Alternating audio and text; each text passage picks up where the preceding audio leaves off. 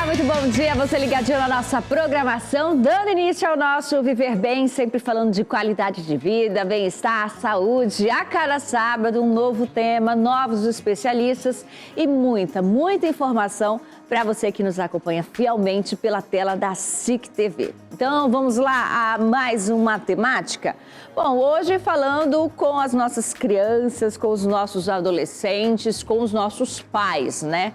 Porque estamos vivendo uma verdadeira era de intoxicação digital infantil. Crianças cada vez mais cedo têm contato com celulares, tablets, computadores, muitas vezes antes mesmo de aprenderem a falar ou brincar de verdade. O que antes era tempo de correr, criar, interagir, hoje é substituído por horas diante de telas. Segundo uma pesquisa, a TIC Kids Online Brasil 2023, 24% das crianças começaram a se conectar à internet antes dos 6 anos e 95% dos adolescentes entre 9 e 17 anos usam a internet com o celular sendo o principal meio de acesso. Mas quais os impactos disso no sono, no comportamento, no desenvolvimento e até na saúde mental das crianças? Para falar sobre isso, a gente convida a pediatra Mirna Kuroda, que é muito bem-vinda aqui conosco no nosso Viver Bem. Pode chegar, doutora. Bom dia, tudo bem? Bom dia, tudo bem? Satisfação em recebê-la mais uma vez aqui no nosso programa para falar de uma temática muito importante, muito necessária, porque vivemos aí uma era tecnológica, uma era digital de acesso às telas, a inúmeras telas. Mas a partir de que idade que é permitido o uso das telas, segundo a pediatria, doutora? Renata, muito importante é que seja respeitada a regra da 0 tela até os 2 anos de idade. Então, até os 2 anos de idade é 0. Inclusive da tela passiva, que é aquela tela que fica ligada, ninguém está assistindo e a criança está recebendo aquela informação. Dos 2 aos 5 anos de idade, antigamente era 2, caiu para 1 hora. Dos 6 anos aos 10 é de 1 a 2 horas e a partir dos 10 anos de 2 a 3 horas. Mas isso é o limite máximo. Quem quiser pode fazer menos, 40 minutos, 25, 15 minutos, pode inclusive ficar sem tela. Seria o ideal, né, doutora? Mas quais os riscos do uso precoce dessas telas? Por que tem toda essa regra, toda essa orientação da pediatria? Que riscos pode causar tanto para os bebês e para as crianças menores? Bom, essa regra ela foi criada por um motivo muito prático, né? Há cerca de 10, 15 anos atrás, a gente foi introduzindo a tela e a gente percebeu que a tela fazia muito mal. Então, não foi uma coisa que foi teórica, ela foi baseada na prática, na vivência que o pediatra tem no consultório. Quais são os riscos? São muitos, né? A exposição precoce ou intensa à tela, ela faz a diminuição da fala, então o vocabulário, o desenvolvimento da fala fica alterado, o desenvolvimento da linguagem também, que são as expressões faciais, a expressão corporal da criança também fica um pouco mais pobre, altera o sono da criança, então a criança acaba dormindo muito menos, dormindo muito mais tarde, por vezes a qualidade do sono também não é boa, sedentarismo, então tudo isso vai ser impactado pelo uso da tela. Você falou até sobre a questão da exposição indireta, doutora, e a gente também vive numa era de influenciadoras e todo mundo quer ali registrar o seu bebê, mostrar o seu bebê, a sua criança em redes sociais e tudo mais. Até ali a mãe que está com o bebezinho no colo e está se gravando mais ali do que eu deveria, mostrando muito ali a criança, a gente já pode considerar isso uma exposição indireta? Pode considerar. Inclusive, existe a recomendação de não postar fotos de criança, né? Isso não é uma recomendação social apenas, isso está escrito no manual de saúde da Sociedade Brasileira de Pediatria, menos telas, mais saúde. Uhum. Já que a gente tem essa questão da orientação de faixas etárias, doutora, por que o uso excessivo das telas pode atrapalhar, por exemplo, o sono? Como é que vai impactar?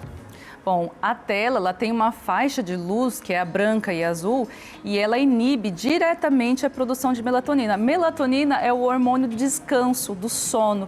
Sem a melatonina, que hoje em dia é tão falada, né, a gente não tem o início do sono. Então, quando você está exposto à tela, o teu sono naturalmente ele vai demorar para vir.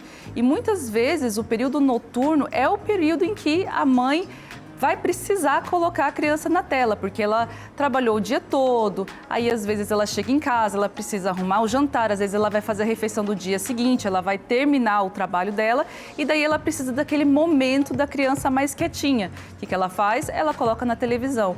Só que isso vai inibir o sono. E o que ela pensa? Bom, já que meu filho não está dormindo cedo, eu vou colocar ele para dormir mais tarde. Só que a questão... E aí ele vai assistir mais TV. E daí a questão não é essa, a questão é que o sono não está vindo por causa da tela. Então a tela precisa ser desligada cerca de 2 horas antes que você queira que seu filho durma. Há relação entre as telas e o aumento do peso, o sedentarismo?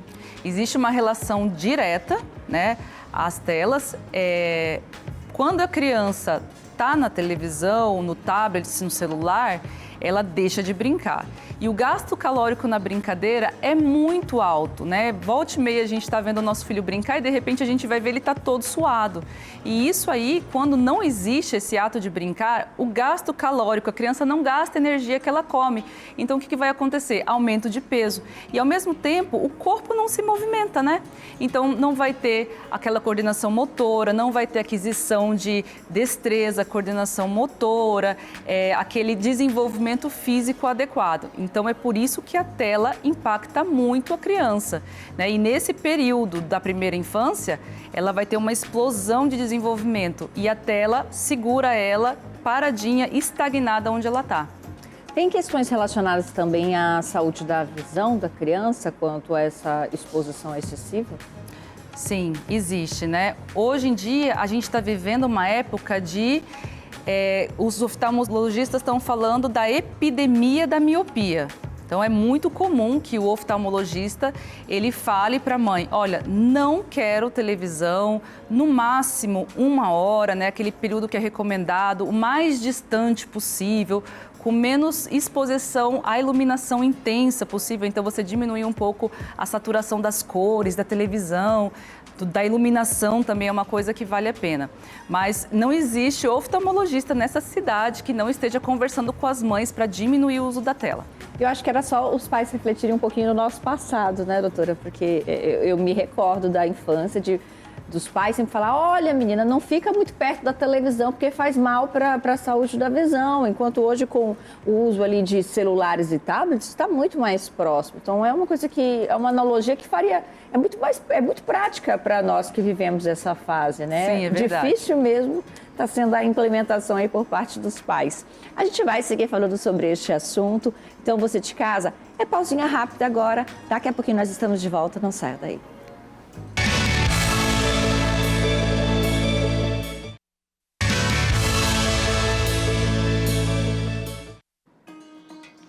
Já de volta com o nosso Viver Bem e olha, com dica de saúde para você de casa. Se você busca uma assistência médica de qualidade, quer contar com um plano de saúde? A Plural Saúde tem as melhores opções para você que está nos acompanhando. Por isso, a Yasmine está aqui para trazer todas as dicas e como você pode ter acesso a uma assistência de qualidade. Tudo bem, Yasmine? Bom dia.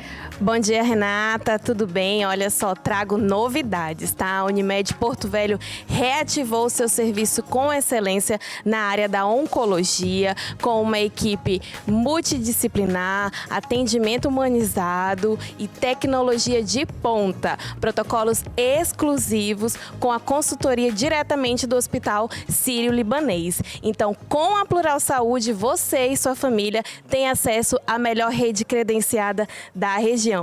Conte sempre com a Plural Saúde, Unimed Porto Velho, com quem entende do assunto. Ligue agora, 999635411. Oferecemos planos de saúde completos para todas as categorias profissionais. Estudante, servidor público ativo, profissional liberal e você empresário do comércio. Ligue agora, 999635411. É com você, Renata. Tá aí, então não deixe de buscar mais informações, tenha uma assistência médica de qualidade em vista na sua saúde. Voltando à nossa temática, falando sobre o uso excessivo de telas, a intoxicação de telas na infância, recebendo a doutora Melina Kuroda, que é pediatra, e nos ajudando a entender os efeitos, né, no comportamento, no desenvolvimento, inclusive no desenvolvimento emocional. O que isso pode atrapalhar no desenvolvimento emocional das crianças, doutora? O uso da tela, ele está altamente associado à irritabilidade, ansiedade e até mesmo depressão. Então, assim, o ato de brincar, e muitas vezes ele é substituído pela tela. E a brincadeira acalma a criança, desenvolve a criança. É muito comum que os pais cheguem no consultório e falem assim, doutora, chegou a idade, já dava para colocar tela, meu filho fez 2 anos. Coloquei tela, de repente começou uma gritaria, um choro. O comportamento se transformou dentro da nossa casa e aí eu percebi que eu precisava tirar a tela. Então a tela tem, né, tanto na teoria quanto na prática, essa associação bem fina com ansiedade e irritabilidade. A gente até conversava aqui no intervalo, né, doutora, que um dos fatores que trouxe essa mudança de comportamento, claro, o uso das tecnologias, a facilidade, o acesso às tecnologias, é a questão da segurança pública, que nós podíamos brincar na rua, ter ali um espaço, uma brincadeira coletiva, brincar com o vizinho, ir para a casa do vizinho, e hoje em dia não é mais assim. A gente sabe que não é mais possível como era no passado. Só que existem outras mudanças da nossa sociedade, de comportamentos, as famílias que optam em ter apenas um filho ao invés de 2, ali que um irmão brinca com o outro, as mães que estão buscando engravidar mais tarde, e isso acaba atrapalhando na disposição dela também de brincar com a criança. Como que eu vou reverter, lidar com tantos desafios para não dar a tela para o meu filho? Muitas vezes eu tendo a falar assim no consultório. Não é culpa das mães, né? Existe essa dificuldade real em diminuir o uso de tela. A gente sabe disso porque a gente vive isso em casa também. Mas assim, a diminuição do número de crianças em casa, a exposição à tela, a mãe não está tão presente mais dentro de casa, às vezes ela estuda à noite, às vezes ela trabalha a tempo integral. Isso tudo aumenta, né, essa dificuldade emocional que as crianças estão passando. Existem algumas alternativas para isso, né? A alternativa melhor é ter uma rede de apoio, né? Outras atividades também podem ser usadas, por exemplo, atividade física estruturada. Então, colocar numa academia, colocar numa ginástica infantil, natação, futebol, capoeira. Até as escolas estão oferecendo esse serviço. Também, atividade também de aprender um novo idioma, aprender um instrumento musical, né? Às vezes, colocar num espaço recreativo, né, como as academias para bebê. É uma questão muito difícil de resolver, mas, em geral, a família vai ter que se organizar para ter tempo disponível. Porque, assim, o tempo com os pais para brincar, para se relacionar com a família, ele é insubstituível. Então, muitas vezes eu converso com a mãe no sentido assim, veja se agora é o momento de você fazer uma pós-graduação, um mestrado, uma faculdade à noite, enquanto você tem criança pequena. Porque, infelizmente, ou felizmente, né, a maternidade, ela é um trabalho que requer uma atenção muito grande, tempo, disponibilidade da família também. E olha, falando neste assunto, doutora, eu queria te convidar para conhecer junto com a gente o trabalho de um personal trainer que tem se dedicado a resgatar o brincar ao ar livre, promovendo assim o movimento e a interação entre as crianças. Vamos ver? Com o avanço da tecnologia e a rotina cada vez mais acelerada das famílias, as brincadeiras ao ar livre e as atividades físicas têm perdido espaço na rotina das crianças, trazendo assim um impacto profundo e negativo no desenvolvimento social, cognitivo e motor delas, comprometendo assim aquele crescimento saudável na vida da criança. Mas nem tudo está perdido. Muitos profissionais têm lutado por essa causa para reverter essa situação. E o professor Fernando, que é profissional de educação física, tem lutado também para conseguir mudar isso. Devido às facilidades do cotidiano e à tecnologia, Fernando percebe que muitas crianças perderam o interesse por essas atividades, assim como o estímulo dos pais e da sociedade, que já não oferecem mais espaços adequados para brincadeiras ao ar livre e incentivo à atividade física. Com a tecnologia e pós-pandemia, a importância foi muito maior. A gente já trabalhava com esse nicho e intensificou muito mais, porque a criança hoje, do mesmo jeito que ela precisa aprender português, matemática, geografia, ela precisa aprender a se movimentar. Isso é essencial para o desenvolvimento da criança e é deixado de lado até pelos pais, né, pela sociedade. A sociedade não impõe mais que a criança, não proporciona mais essa brincadeira para a criança, e isso faz muita falta na criança, na adolescência e principalmente na vida adulta. Meus filhos, no primeiro tempo de suas vidas, eles tinham muito acesso a telas, videogames, sabe? Então, meu filho, às vezes, ele preferia ficar dentro de casa do que brincar ao ar livre. Quando eu tive esse conhecimento da importância da educação física, da atividade ao ar livre, e eu comecei a incentivar mais meus filhos a isso, né? Diminuí muito o tempo de tela dele, assim, abaixo de 1 hora, cortei os jogos na semana, e isso mudou até a mente dele. Uma criança que se movimenta, ela é mais esperta, oxigena mais o sangue, ela dorme melhor, ela come melhor. Tudo isso ajuda ela no desenvolvimento. Uma criança que sabe se movimentar, provavelmente ela vai aprender a ler mais rápido, ela vai aprender matemática mais rápido, ela vai aprender a se comportar em sociedade melhor do que aquela criança que não sabe se movimentar, que sente vergonha de movimentar, de brincar, pela falta de oportunidade. Percebo que a desenvoltura deles na parte intelectual tem melhorado muito, entende? Na parte de lidar com outras crianças tem melhorado bastante também. A proatividade e a produtividade, inclusive, nas atividades de casa ou nos afazeres domésticos, assim, do dia a dia, melhorou bastante. A atividade física começou na pandemia, por um acaso, no condomínio, para naquele momento a gente usar o tempo da maneira que dava, porque ninguém podia ir para a escola, nem nada disso, e virou uma cultura. Eles se desenvolveram muito bem. É a maneira com que eles treinam as dificuldades da vida no esporte. Então, as frustrações, as vitórias, a constância, o treino, tudo isso eu vi sendo, né, aprimorado neles através do esporte. E a chance que a gente tem de formar um caráter, uma personalidade, para quando no futuro, quando forem adultos, eles estarem prontos para os desafios. Então a gente faz isso, a gente promove a atividade física para a criança e que incentiva ela a ensinar o pai dela a brincar novamente. Então a gente ensina uma amarelinha simplesmente aqui e proporciona ele a ensinar o pai a jogar. Ou uma bolinha de gude, uma peteca, que eles estão brincando ali naquele esporte, ou eles relembram isso. Fala para os pais deles e dali os pais deles começam a praticar novamente, lembrando a infância dele. Do mesmo jeito que a gente quer que nossos filhos leiam, a gente tem que ler. Do mesmo jeito que a gente quer que nosso filho coma salada, a gente tem que comer salada, a gente tem que praticar exercício físico, mostrar para o filho que a gente pratica, que a gente é saudável, para você ter um filho saudável. Bom, gente, uma das brincadeiras que não podem faltar nas aulas do professor Fernando é o famoso cabo de guerra, que para quem não sabe é maravilhoso para a criançada, ó, e estimula a força deles. Bom, e eu que não sou boba nem nada, né, vou praticar também a minha força que eu tô precisando e eu espero que vocês tenham gostado dessa matéria. Tchau, tchau!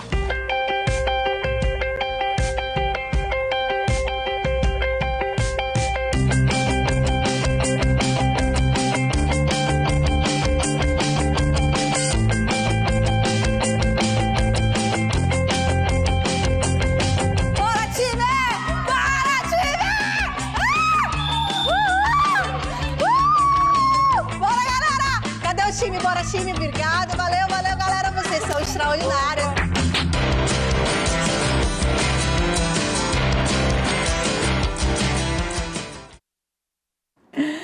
Tá aprovada a iniciativa, doutora? Gostou da iniciativa do professor? Adorei a iniciativa, né? Essa iniciativa de brincar ao ar livre, ela é sensacional. É muito importante do ponto de vista médico. Então a gente vai falar mais sobre esses benefícios, o que está por trás dessas brincadeiras, da coletividade, da mãe ter ali, o pai ter de fato um momento com a criança, brincar com a criança, não é ficar com o celular enquanto está tentando que a criança brinque, você precisa se dedicar. A gente vai saber aí outras estratégias e a importância de tudo isso depois de um intervalo que é bem breve, então você de casa não saia daí.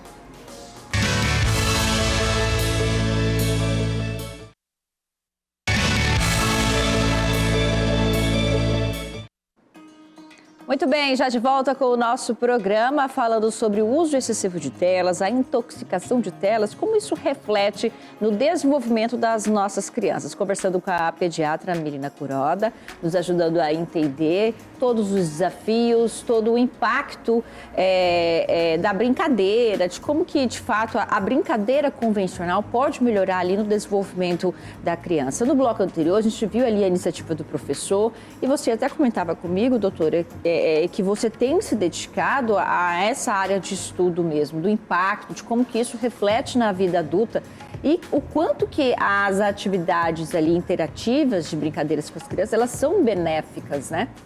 Sim. Essa necessidade de estudar, ela veio do consultório. Então, assim, eu tenho pegado tantas crianças que estavam atrasadas, ansiosas, e isso foi uma demanda do consultório. O brincar é uma terapia e é muito natural para a criança. Então, você joga uma brincadeira, a criança segue a brincadeira. Então, você pode ver como as crianças estavam naturais, elas estavam, assim, soltas, como aquilo era natural para ela, esse ato de brincar. A brincadeira, ela promove o aumento da inteligência. Por quê? Existe uma coisa chamada ato simbólico. O ato simbólico é a capacidade da criança de abstrair. Então, ela não vai ficar ali no concreto. Ela vai pegar um robô e ela vai fingir que o robô atacou o dinossauro. Aí depois ela vai fingir, ela vai brincar de faz de conta que um helicóptero veio e salvou uma pessoa. A menina, ela vai brincar de casinha, ela vai brincar de desmontar coisas. Esses atos simbólicos, essa brincadeira, a capacidade de abstrair, ela é precursora da resolução de problemas. E resolver problemas se chama cognição, é inteligência. Então, a criança, ela brinca para treinar resolução de problemas e aumentar a inteligência.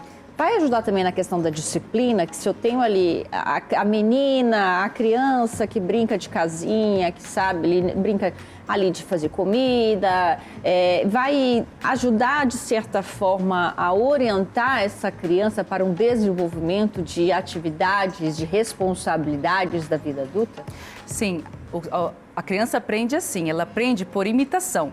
Então, se a criança ela está brincando de casinha, é porque ela viu a mãe dela ser uma mãe. E ela vai simular as atividades do adulto treinando enquanto brincadeira. Então, é isso que acontece, a criança aprende por imitação. Essa brincadeira, ela vai gerar uma coisa que a gente chama de controle inibitório, que é uma coisa que todo pai quer, que é: eu quero, mas eu não posso. Eu quero, mas agora não é hora. Esse controle inibitório que vem com a idade, com a maturidade, ele é muito treinado durante a brincadeira.